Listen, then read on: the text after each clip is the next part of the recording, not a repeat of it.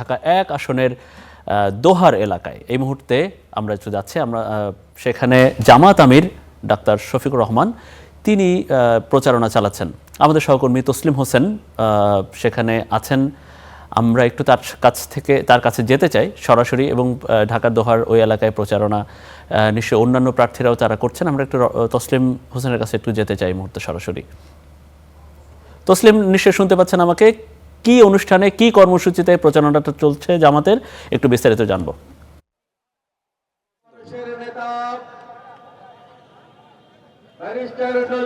মনির, আজকে জামাতের এই দোহার ১ আসনের মধ্যে দিয়ে জামায়াতের আমির ডক্টর শফিকুর রহমানের প্রচারণা কিন্তু শেষ হবে। ঠিক আমি আছি দোহার নবাবগঞ্জের জয়পাড়া মাঠে। জয়পাড়া মাঠে কিন্তু জামায়াতের নেতাকর্মীদের ব্যাপক ভিড় দেখা যাচ্ছে। ঠিক আমার পিছনে যেমন নেতাকর্মীরা দাঁড়িয়ে আছেন, এখানে কিন্তু ব্যারিস্টার নজরুল ইসলাম, যে জামাত ইসলামী এই দোহার ১ আসনের প্রার্থী, তিনিও উপস্থিত আছেন।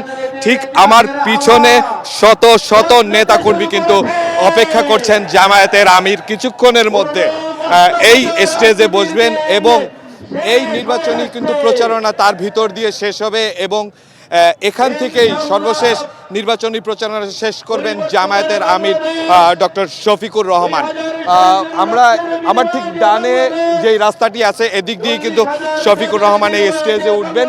উনি হয়তোবা ৪-৫ মিনিটের মধ্যে এই জায়গা থেকে আপনার এই প্রচারণা শুরু করবেন, এবং স্টেজে ঠিক পিছনে যে ব্যানারটি আপনারা দেখতে পাচ্ছেন, এই ব্যানারটি কিন্তু দেওয়ার পরেই কিন্তু এই নির্বাচনী প্রচারণা এখান থেকে শুরু হয়েছে, এবং আমার এই মাঠের আশেপাশে হয়তোবা শত শত জামায়াতের নেতাকর্মী এবং সাধারণ ভোটাররাও কিন্তু উপস্থিত হয়েছে ডক্টর শফিকুর রহমানকে দেখার জন্য, এবং এই দোহার ঠিক আছে।